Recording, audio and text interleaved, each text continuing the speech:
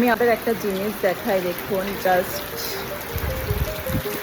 Look at this.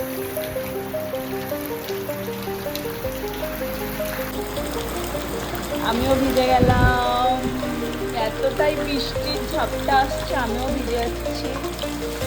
এখানে just দেখুন,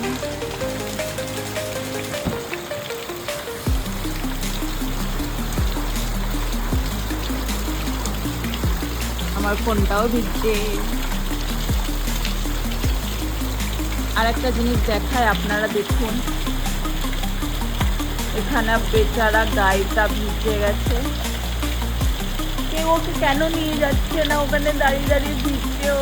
আমার লিটারেলি কষ্ট হচ্ছে ওকে দেখে, আরে বেচারা।